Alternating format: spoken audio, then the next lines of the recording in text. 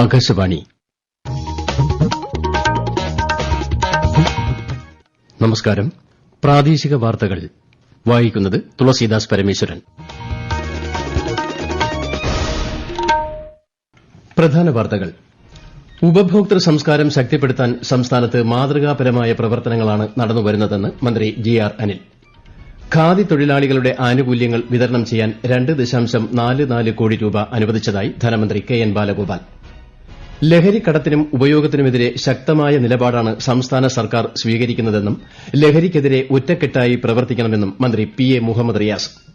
സംസ്ഥാനത്ത് ചൂട് കൂടുന്നു. പാലക്കാട് താപനില 40 ഡിഗ്രി സെൽഷ്യസ് വരെ ഉയരാൻ സാധ്യതയെന്ന് മുന്നറിയിപ്പ്. വനിതാ പ്രീമിയർ ലീഗ് ക്രിക്കറ്റ് ഫൈനലിൽ ഇന്ന് മുംബൈ ഇന്ത്യൻസ് ഡൽഹി ക്യാപിറ്റൽസ് പോരാട്ടം. വാർത്തകൾ വിശദമായി. ഇന്ന് ലോക ഉപഭോക്തൃ അവകാശ ദിനം. ഉപഭോക്താക്കളുടെ അവകാശങ്ങളും സംരക്ഷണവും ഉയർത്തിപ്പിടിക്കേണ്ടതിന്റെ ആവശ്യകതയെ ഓർമ്മപ്പെടുത്തി എല്ലാ വർഷവും മാർച്ച് 15-ന് ഉപഭോക്തൃ അവകാശ ദിനം ആഘോഷിക്കുന്നു. സുസ്ഥിര ജീവിത ശൈലിയിലേക്കുള്ള നീതിയുക്തമായ പരിവർത്തനം എന്നതാണ് ഈ വർഷത്തെ പ്രമേയം. ഉപഭോക്തൃ സംസ്കാരം ശക്തിപ്പെടുത്താൻ സംസ്ഥാനത്ത് മാതൃകാപരമായ പ്രവർത്തനങ്ങളാണ് നടന്നുവരുന്നതെന്ന് മന്ത്രി ജി ആർ അനിൽ. അമിത ഉപഭോഗം നിയന്ത്രിച്ചുകൊണ്ട് പരിസ്ഥിതി സൌഹൃദപരമായ ഉപയോഗശീലങ്ങൾ വളർത്തിയെടുക്കണം. ഭാവി തലമുറയെ കൂടി കണക്കിലെടുത്തുകൊണ്ടുള്ള ഒരു ഉപഭോക്തൃ സംസ്കാരം രൂപപ്പെടുത്തണമെന്നും മന്ത്രി സമൂഹമാധ്യമത്തിൽ കുറിച്ചു. ഖാദി തൊഴിലാളികളുടെ ആനുകൂല്യങ്ങൾ വിതരണം ചെയ്യാനായി 2.44 കോടി രൂപ അനുവദിച്ചതായി ധനകാര്യമന്ത്രി കെ എൻ ബാലഗോപാൽ. ഖാദി നൂൽനൂൽപ്പുകാർക്കും നെയ്ത്തുകാർക്കും ഉൽപ്പാദക ബോണസും ഉത്സവ ബത്തയുമടക്കം വിതരണം ചെയ്യാൻ തുക ഉപയോഗിക്കും. 12,500 തൊഴിലാളികൾക്കാണ് ആനുകൂല്യം ലഭിക്കുക. കേരളത്തിലെ കലാലയങ്ങളിലും ഹോസ്റ്റലുകളിലും ലഹരി വസ്തുക്കൾ വ്യാപകമായി വിതരണം ചെയ്യുന്നതും ഉപയോഗിക്കുന്നതും എസ്എഫ്ഐ സംഘടനയാണെന്ന് മുതിർന്ന കോൺഗ്രസ് നേതാവ് രമേശ് ചെന്നിത്തല. 9 വർഷമായി കേരളം ഭരിക്കുന്ന മുഖ്യമന്ത്രിക്ക് മയക്കുമരുന്ന് മാഫിയയെ അമർച്ച ചെയ്യാൻ ഇതുവരെ കഴിഞ്ഞിട്ടില്ലെന്നും ശ്രീ ചെന്നിത്തല ആരോപിച്ചു. ലഹരിക്കടത്തിനും ഉപയോഗത്തിനുമെതിരെ ശക്തമായ നിലപാടാണ് സംസ്ഥാന സർക്കാർ സ്വീകരിച്ചിട്ടുള്ളതെന്ന് മന്ത്രി പി എ മുഹമ്മദ് റിയാസ്. യുവജന വിദ്യാർത്ഥി സംഘടനകൾ പ്രത്യേകിച്ചും എസ്എഫ്ഐ ലഹരിക്കെതിരെ തുടർച്ചയായി ക്യാമ്പയിൻ ചെയ്തുകൊണ്ടിരിക്കുകയാണെന്നും അദ്ദേഹം മാധ്യമങ്ങളോട് പറഞ്ഞു. രാഷ്ട്രീയത്തിനതീതമായി ലഹരിക്കെതിരെ ഒറ്റക്കെട്ടായി പ്രവർത്തിക്കണമെന്നും മന്ത്രി വ്യക്തമാക്കി. രമേശ് ചെന്നിത്തലയുടെ ആരോപണങ്ങളോട് പ്രതികരിക്കുകയായിരുന്നു മന്ത്രി. മനസ്സിലാക്കണം, പെട്ടെന്ന് പണമുണ്ടാക്കുക എന്നുള്ള ലക്ഷ്യം വെച്ചുകൊണ്ട് ആളുകൾ ഇതിന്റെ ഭാഗമായി മാറുകയാണ്. ഒരു അപകടകരമായ വർഗം ഇതിന്റെ ഭാഗമായി ഉയർന്നു വരുന്നത് ഡേഞ്ചറസ് ക്ലാസ്.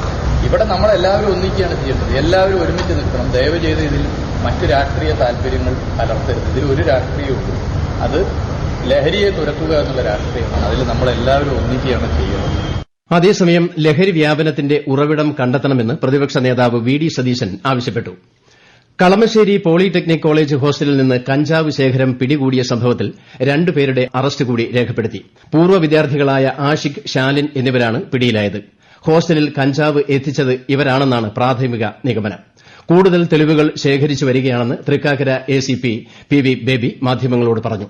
സംഭവത്തിൽ ഉൾപ്പെട്ടിട്ടുള്ള എല്ലാവരെയും കൃത്യമായ തെളിവുകളുടെ അടിസ്ഥാനത്തിൽ കസ്റ്റഡിയിലെടുക്കാനുള്ള നടപടികൾ നടന്നുവരികയാണെന്ന് അദ്ദേഹം പറഞ്ഞു.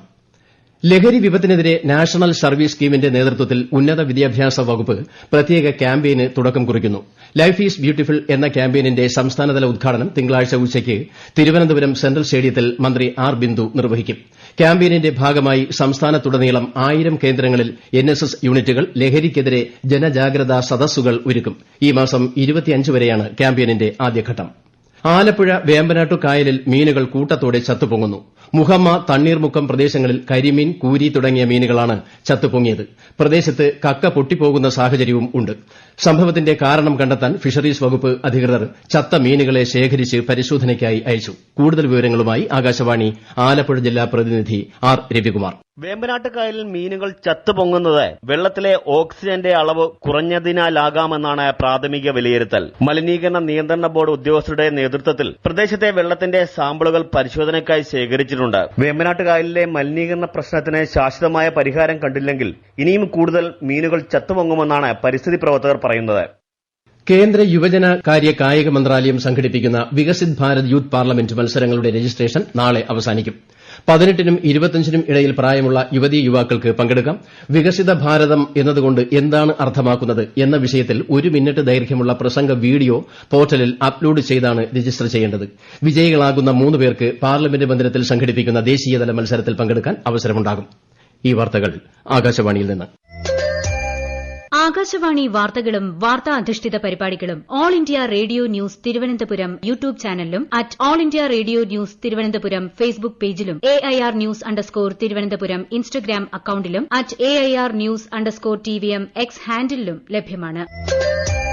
സംസ്ഥാനത്തെ ഡിവൈഎസ്പി ACP ഓഫീസുകളുടെ പരിധിയിൽ വരുന്ന പോലീസ് സ്റ്റേഷനുകളിൽ നടപ്പാക്കുന്ന കുടുംബശ്രീ സ്നേഹിത എക്സ്റ്റൻഷൻ സെന്ററുകളുടെ സംസ്ഥാനതല ഉദ്ഘാടനം ഇന്ന് വൈകിട്ട് പാലക്കാട്ട് മന്ത്രി MB രാജേഷ് നിർവഹിക്കും. പോലീസ് സ്റ്റേഷനുകളിൽ എത്തുന്നവരിൽ ആവശ്യമുള്ളവർക്ക് കൌൺസിലർമാരെ ചുമതലപ്പെടുത്തി മാനസിക പിന്തുണ ഉറപ്പാക്കുക എന്ന ലക്ഷ്യത്തോടെയാണ് പദ്ധതി നടപ്പാക്കുന്നത്. ലിംഗാധിഷ്ഠിത അതിക്രമങ്ങൾ, കുട്ടികളുമായി ബന്ധപ്പെട്ട കേസുകൾ, കുടുംബ പ്രശ്നങ്ങൾ, മാനസിക പിന്തുണ ആവശ്യമായ മറ്റ് കേസുകൾ എന്നിവയാണ് എക്സ്റ്റൻഷൻ സെന്ററിലേക്ക് റഫർ ചെയ്യുക. മീനമാസ പുലരിയിൽ ഭക്തജനത്തിരക്കിൽ സന്നിധാനം. പുതിയ ദർശന രീതി ആരംഭിച്ചെങ്കിലും തിരക്ക് കൂടിയതിനാൽ ഇന്ന് രാവിലെ മുതൽ മേൽപ്പാലം വഴിയും തീർത്ഥാടകരെ ദർശനത്തിനായി കയറ്റുന്നുണ്ട്. കൂടുതൽ വിവരങ്ങളുമായി ആകാശവാണി പത്തനംതിട്ട ജില്ലാ പ്രതിനിധി ശ്രീജി S. ശ്രീധർ. സന്നിധാനത്ത് 29,000 പേരാണ് വെർച്വൽ ക്യൂ വഴി ഇന്ന് ദർശനത്തിന് ബുക്ക് ചെയ്തിട്ടുള്ളത്. രാവിലെ 11 വരെയുള്ള കണക്കനുസരിച്ച് 16,134 പേർ ദർശനം നടത്തി. പുതിയ ദർശന രീതി വഴി കയറുന്ന ഭക്തർ പടി ചവിട്ടിയെത്തിയാൽ നേരെ ശ്രീകോവിലിനു സമീപത്തേക്ക് എത്തുന്ന പുതിയ സംവിധാനം മികച്ച അനുഭവമാണെന്നും പറയുന്നുണ്ട്. 2 വരികളിലായി ഭക്തരെ കടത്തിവിട്ട് ബലിക്കൽപുര വഴി ശ്രീകോവിലിന് മുന്നിലേക്ക് പ്രവേശിക്കും വിധമാണ് പുതിയ ദർശന വഴി. സമഗ്ര ഗുണമേന്മ വിദ്യാഭ്യാസ പദ്ധതിയുടെ കോഴിക്കോട് ജില്ലാതല ഉദ്ഘാടനവും പദ്ധതി വിശദീകരണവും നാളെ BEM ഗേൾസ് ഹൈസ്കൂളിൽ നടക്കും. മന്ത്രി PA മുഹമ്മദ് റിയാസ് പദ്ധതി പ്രഖ്യാപനം നടത്തും. പൊതുവിദ്യാലയങ്ങളിൽ പഠിക്കുന്ന മുഴുവൻ കുട്ടികൾക്കും ഗുണമേന്മയുള്ള വിദ്യാഭ്യാസം ഉറപ്പുവരുത്തുക എന്ന ലക്ഷ്യത്തോടെയാണ് സമഗ്ര ഗുണമേന്മ വിദ്യാഭ്യാസ പദ്ധതിക്ക് പൊതുവിദ്യാഭ്യാസ വകുപ്പ് രൂപം നൽകിയിരിക്കുന്നത്. സംസ്ഥാനത്ത് ചൂട് കൂടുന്നു. ഇന്ന് പാലക്കാടും തൃശൂർ, കോഴിക്കോട്, കണ്ണൂർ, മലപ്പുറം ജില്ലകളിൽ ചിലയിടങ്ങളിലും താപനില 38 മുതൽ 40 ഡിഗ്രി സെൽഷ്യസ് വരെ ഉയരാൻ സാധ്യതയുണ്ട്. കഴിഞ്ഞ 24 മണിക്കൂറിൽ രേഖപ്പെടുത്തിയ അൾട്രാ വയലറ്റ് സൂചികയിൽ സംസ്ഥാനത്ത് 2 ഇടങ്ങളിൽ ഉയർന്ന ലെവൽ രേഖപ്പെടുത്തി. ചൂട് അധികരിച്ച സാഹചര്യത്തിൽ പൊതുജനങ്ങൾക്കായി സംസ്ഥാന ദുരന്ത നിവാരണ അതോറിറ്റി ജാഗ്രതാ നിർദ്ദേശങ്ങൾ പുറപ്പെടുവിച്ചു. രാവിലെ 11 മണി മുതൽ വൈകുന്നേരം 3 മണിവരെ നേരിട്ട് സൂര്യപ്രകാശം ഏൽക്കാതിരിക്കാൻ ശ്രദ്ധിക്കണമെന്നും നിർജ്ജലീകരണം ഒഴിവാക്കാൻ ധാരാളം വെള്ളം കുടിക്കണമെന്നും മുന്നറിയിപ്പുണ്ട്.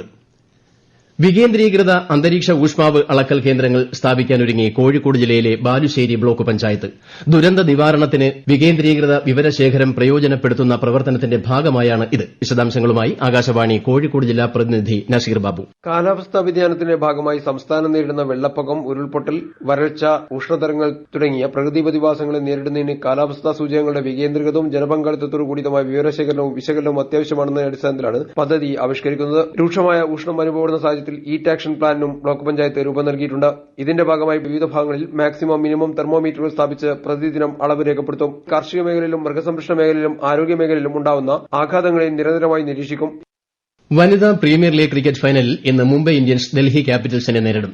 മുംബൈ ബ്രാബോൺ സ്റ്റേഡിയത്തിൽ രാത്രി 8 മണിക്കാണ് മത്സരം. തുടർച്ചയായ 3ാം ഫൈനലിനാണ് ഡൽഹി കളിക്കളത്തിൽ ഇറങ്ങുന്നത്. 2ാം കിരീട നേട്ടമാണ് ഹർമൻപ്രീത് കൌർ നേതൃത്വം നൽകുന്ന മുംബൈ ഇന്ത്യൻസിന്റെ ലക്ഷ്യം. കേന്ദ്ര യുവജന കായിക മന്ത്രാലയത്തിന്റെ കീഴിൽ നടത്തുന്ന ഖേലോ ഇന്ത്യ ഗെയിംസിന്റെ ഭാഗമായി ദേശീയ ഫെൻസിംഗ് ചാമ്പ്യൻഷിപ്പ് അസ്മിത ലീഗിന്റെ 3ാം ഘട്ടത്തിന് തുടക്കമായി. ചാമ്പ്യൻഷിപ്പ് ഹൈബി ഈഡൻ MP ഉദ്ഘാടനം ചെയ്തു. എറണാകുളം രാജീവ് ഗാന്ധി ഇൻഡോർ സ്റ്റേഡിയത്തിൽ കേരള ഫെൻസിംഗ് അസോസിയേഷന്റെ നേതൃത്വത്തിൽ 5 ദിവസങ്ങളിലായി നടക്കുന്ന മത്സരത്തിൽ 400-ലധികം കായിക താരങ്ങൾ പങ്കെടുക്കും. ചാമ്പ്യൻഷിപ്പ് ചൊവ്വാഴ്ച സമാപിക്കും. അന്താരാഷ്ട്ര പാരാഗ്ലൈഡിംഗ് ഫെസ്റ്റിവൽ ഈ മാസം 19 മുതൽ 23 വരെ വാഗമണിൽ നടക്കും. 11 രാജ്യങ്ങളിൽ നിന്നുള്ള 86 പേർ പരിപാടിയിൽ പങ്കെടുക്കും. International top landing accuracy cup ഉൾപ്പെടെ 6 മത്സര വിഭാഗങ്ങളാണ് ഉൾപ്പെടുത്തിയിട്ടുള്ളത്. ഫെഡറേഷൻ എയ്റോനാറ്റിക് ഇന്റർനാഷണൽ പാരാഗ്ലൈഡിംഗ് ഫെസ്റ്റിവലിനെ ഔദ്യോഗികമായി അംഗീകരിച്ചിട്ടുണ്ട്. കേരള നോളജ് എക്കോണമി മിഷനും മത്സ്യബന്ധന വകുപ്പും സംയുക്തമായി നടപ്പിലാക്കുന്ന തൊഴിൽ തീരം പദ്ധതിയുടെ ഭാഗമായി സൌജന്യ നൈപുണ്യ പരിശീലനം നൽകുന്നു. കരിയർ കാറ്റലിസ്റ്റ് പ്രോഗ്രാം എന്ന പേരിലുള്ള പരിപാടിയുടെ സംസ്ഥാനതല ഉദ്ഘാടനം Vypin Rural Academy for Management സ്റ്റഡീസിൽ മന്ത്രി സജി ചെറിയാൻ ഇന്ന് ഉച്ചയ്ക്ക് 2 മണിക്ക് നിർവഹിക്കും. പ്രധാന വാർത്തകൾ വീണ്ടും. ഉപഭോക്തൃ സംസ്കാരം ശക്തിപ്പെടുത്താൻ സംസ്ഥാനത്ത് മാതൃകാപരമായ പ്രവർത്തനങ്ങളാണ് നടന്നുവരുന്നതെന്ന് മന്ത്രി GR അനിൽ. ഖാദി തൊഴിലാളികളുടെ ആനുകൂല്യങ്ങൾ വിതരണം ചെയ്യാൻ 2.44 കോടി രൂപ അനുവദിച്ചതായി ധനമന്ത്രി KN ബാലഗോപാൽ. ലഹരിക്കടത്തിനും ഉപയോഗത്തിനുമെതിരെ ശക്തമായ നിലപാടാണ് സംസ്ഥാന സർക്കാർ സ്വീകരിക്കുന്നതെന്നും ലഹരിക്കെതിരെ ഒറ്റക്കെട്ടായി പ്രവർത്തിക്കണമെന്നും മന്ത്രി PA മുഹമ്മദ് റിയാസ്. സംസ്ഥാനത്ത് ചൂട് കൂടുന്നു. പാലക്കാട് താപനില 40 ഡിഗ്രി സെൽഷ്യസ് വരെ ഉയരാൻ സാധ്യതയെന്ന് മുന്നറിയിപ്പ്. വനിതാ പ്രീമിയർ ലീഗ് ക്രിക്കറ്റ് ഫൈനലിൽ ഇന്ന് മുംബൈ ഇന്ത്യൻസ് ഡൽഹി ക്യാപിറ്റൽസ് പോരാട്ടം. പ്രാദേശിക വാർത്തകൾ കഴിഞ്ഞു. അടുത്ത വാർത്താ പ്രക്ഷേപണം 12:50.